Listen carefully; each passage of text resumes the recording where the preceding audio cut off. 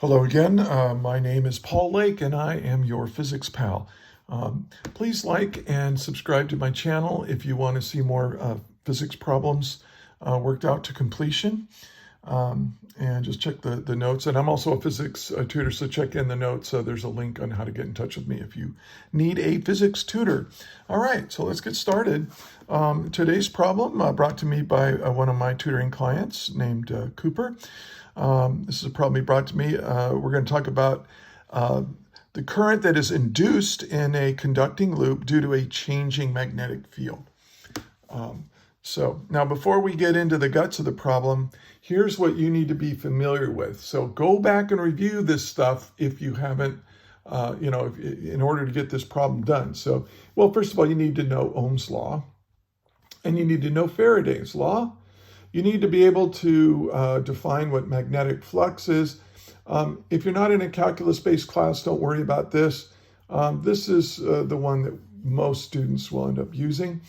And then you need to be familiar with Lenz's law. Now, I'll explain how to use these in the course of solving this problem, but you should be familiar with them at least.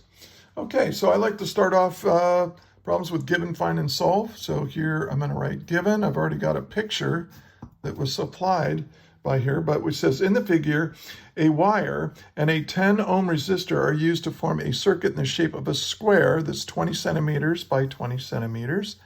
A uniform but non-steady magnetic field is directed into the plane of the circuit, like down, like this.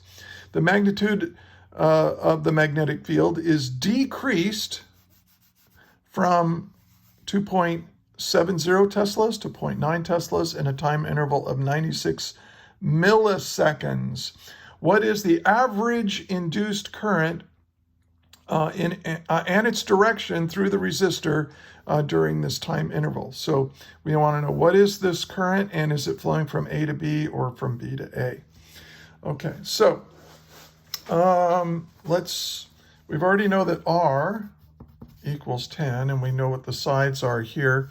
And then B, well, it went from 2.7 Teslas to 0.9 Teslas, the magnetic field.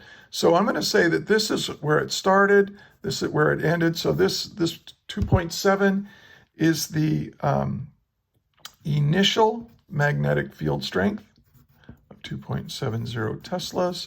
And the 0.9 is where it was at the end of this time interval. So that's going to be B final is 0.90 Teslas. And the time interval in which this change happened is 96 milliseconds, okay?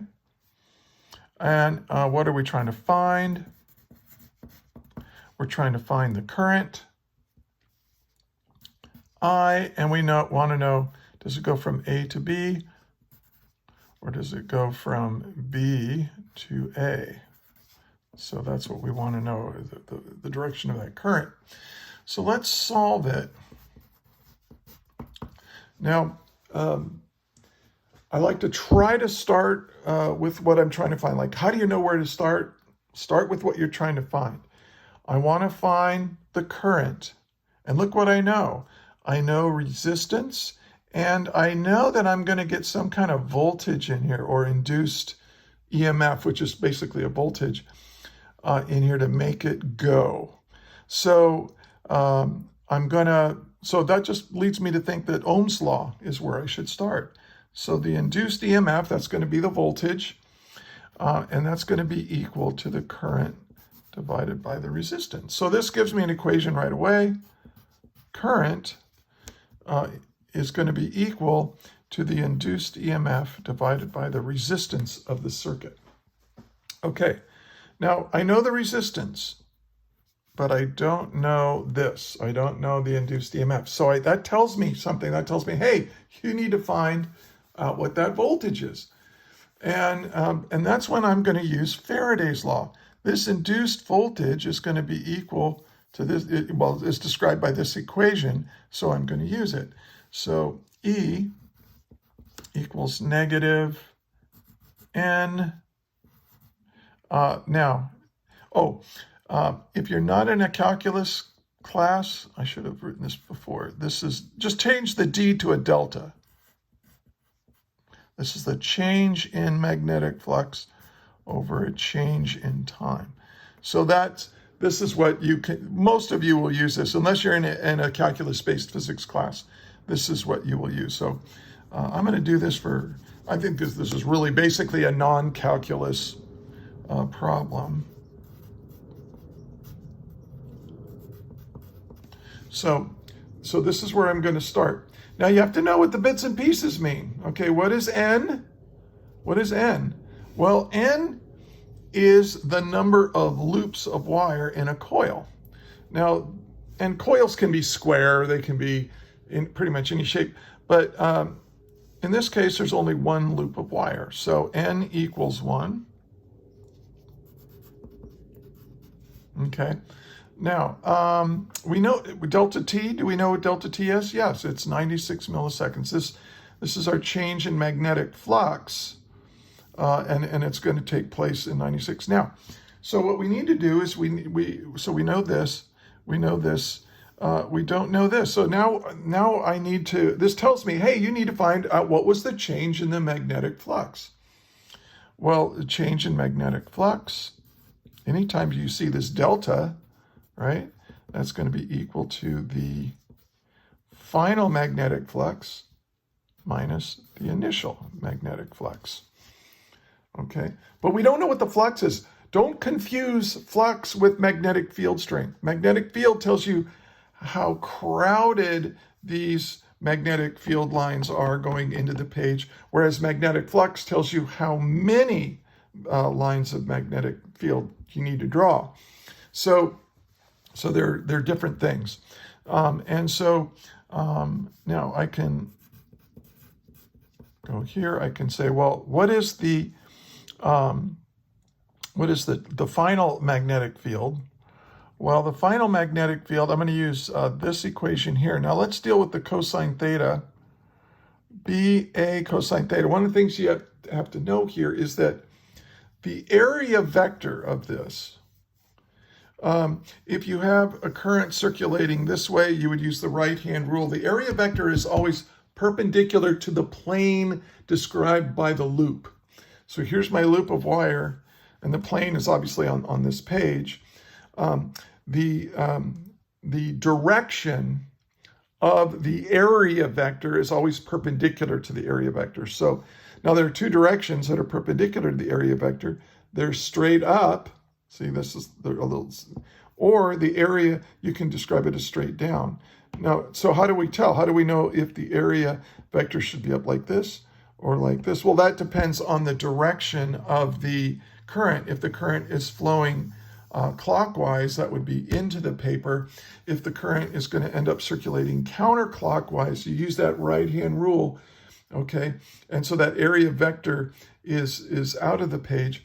It doesn't really matter in this problem because what really matters is that you can see that the magnetic field is down and the plane is like this, right? So the magnetic field and the area vectors are parallel to each other. So even if it's like this or like this, if the area vector is up or the area is vectored down, doesn't matter. It's parallel to the magnetic field. So this angle is either going to be 0 degrees or 180 degrees. And since and so the cosine of 0 or 180 is 1. I mean, -1 or 1. We're not going to worry about the sign right now. We'll just say that the cosine in this problem is equal to 1.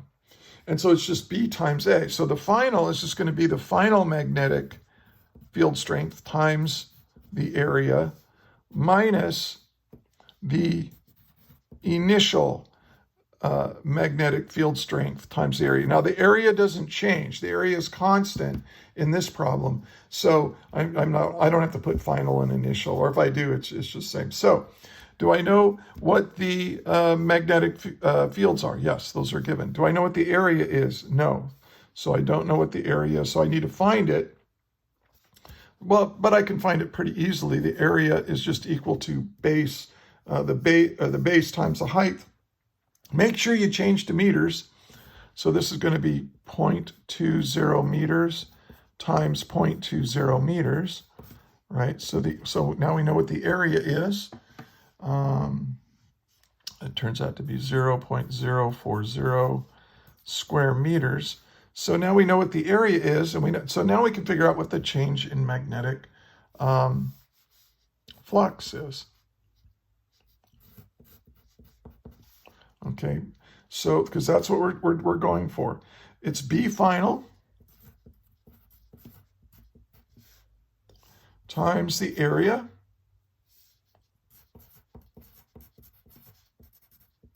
I could have factored out the area, but I didn't. Minus the initial magnetic field, or 2.7,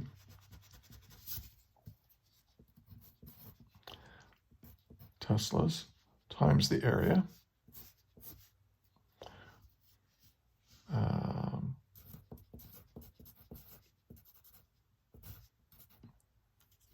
Nope. The square goes there. Don't put the square on the outside the parentheses because that means you're going to square that. This has already been finished, so it's just the units. Okay, so the change in magnetic flux there is equal to, well, let's see, 0.9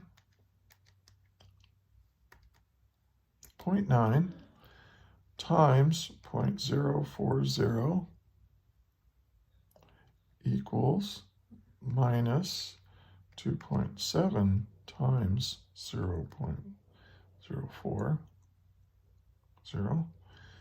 Okay, equals, and I get negative 7.2 times 10 to the negative 2. And these are be Webers, I believe. And then now I can figure out what the voltage is. So, and again, we're not going to worry too much about the negative signs here. We'll do that when we deal with Lenz's law.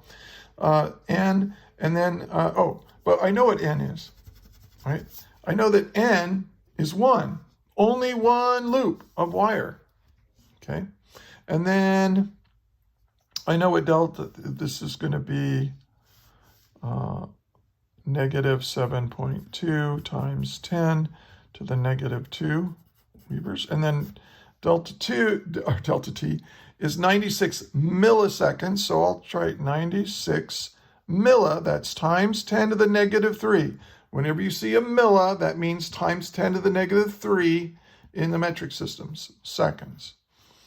And so this gives me my voltage. So just divide that by time. 96 times 10 to the negative 3. And I get 0.0. No, I'm sorry, 0.75. I get 0.750 volts. Now, whether it's positive or negative, we don't really know. But now we know what the voltage is. The induced EMF is this, and now we can plug back into here. And so,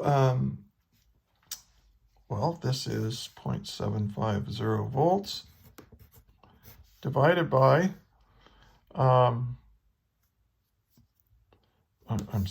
divided by the resistance, which is 10 ohms. And so 0.75 divided by 10 is 0.0750 amps. Or you can make it like 1, 2, 3. You can say it's 75 milliamps, depending. Sometimes they'll want the answer like this or like this. Doesn't really matter, but that's my induced current. So I'll put a box around this one. That's my answer. Okay, so we figured out what the current was. Now, what is the direction of that current? Well, this is Lenz's law. The induced current is going to create magnetic fields, right? You should know that current is what creates magnetic fields. And the magnetic field created by this current is going to try to keep the flux, it's going to oppose the rate of change of this flux. So this flux was 2.7, but now it's 0.9. So this flux is getting less and less and less into the paper. So this is going to try to create current that says, no, stay the way you are. Don't change. Keep the flux away. Now, it doesn't win. It doesn't keep the flux, but it tries to. So that means I want a downward flux. Since we're reducing the amount of flux down into the paper, we want to create a current, or we want the current in this loop to create magnetic flux that's down. And we use the right-hand rule to do that. And so if the current is circulating this way with my right hand, let me come all the way out here. My right hand is going to go down. And so that's why it's circulating clockwise. And so the answer is B to A in terms of the direction of the current. So Lenz's law is kind of, now remember, see, if it was circulating the other way, the induced magnetic flux from this current would be out of the page. And there's various ways of showing that. But anyway, I think if you have any questions, leave them in the comments and I'll try to get to them. Again, please like and subscribe and look at my other videos if you're having trouble, and get in touch with me if you need a tutor. That is all.